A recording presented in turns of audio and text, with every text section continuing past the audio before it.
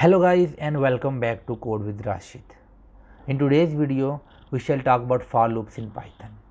A for loop is used to iterate over a sequence in Python. The sequence could be a list, tuple, dictionary, string or any other iterable object in Python. So we can use the for loop to execute a set of statements multiple times. To understand this concept better, we can take an example. Let's say we have got a list of fruits, that is, it contains the value of apple, banana, grapes and orange. And now we are given a task to actually print the value of each fruit. So we say for that purpose we shall write for keyword, then the variable name fruit, and then the keyword in, and finally the iterable object, that is fruits in our case. And after that we simply print the fruit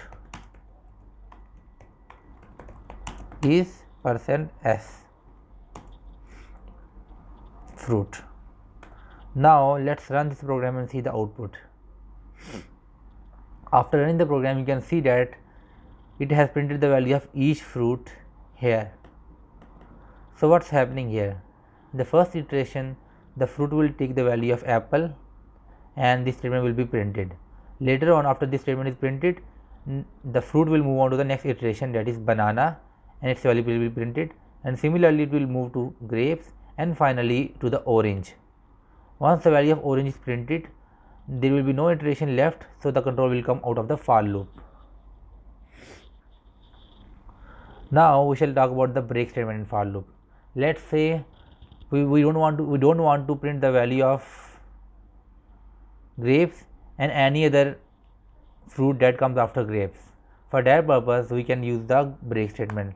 So we shall write if fruit is equal to grapes and then simply break it. So what will happen here? So whenever the value of fruit will be grapes, this statement will be executed, and once this statement is executed, it will break the loop and no other iteration will be executed. So now let's run this program and see the output. Now you can see that we have only got apple and banana, because in the third iteration this statement was true and break statement was executed and the control came out of the for loop and the remaining iterations were ignored. So this is the break statement, it's used to break the for loop. Now let's say we want to print all the fruit values except grapes. We can achieve this using the continue statement. So let's replace it with the continue statement. So now what will happen? Whenever the value of fruit is grapes, this statement will be executed, and once this statement is executed, the remaining statements in the for loop will not be executed and the control directly comes from here to the next iteration. So now let's run this program and see the output. Here you can see that every other fruit is printed here except grapes. So when the value of fruit was grapes, this statement was executed and the control moved directly to the next iteration, and the next iteration contains the value of orange. So orange was printed, and that is the continue statement. So guys, if you like our video, please subscribe to our channel. We'll come with the future videos. Till then, take care and goodbye.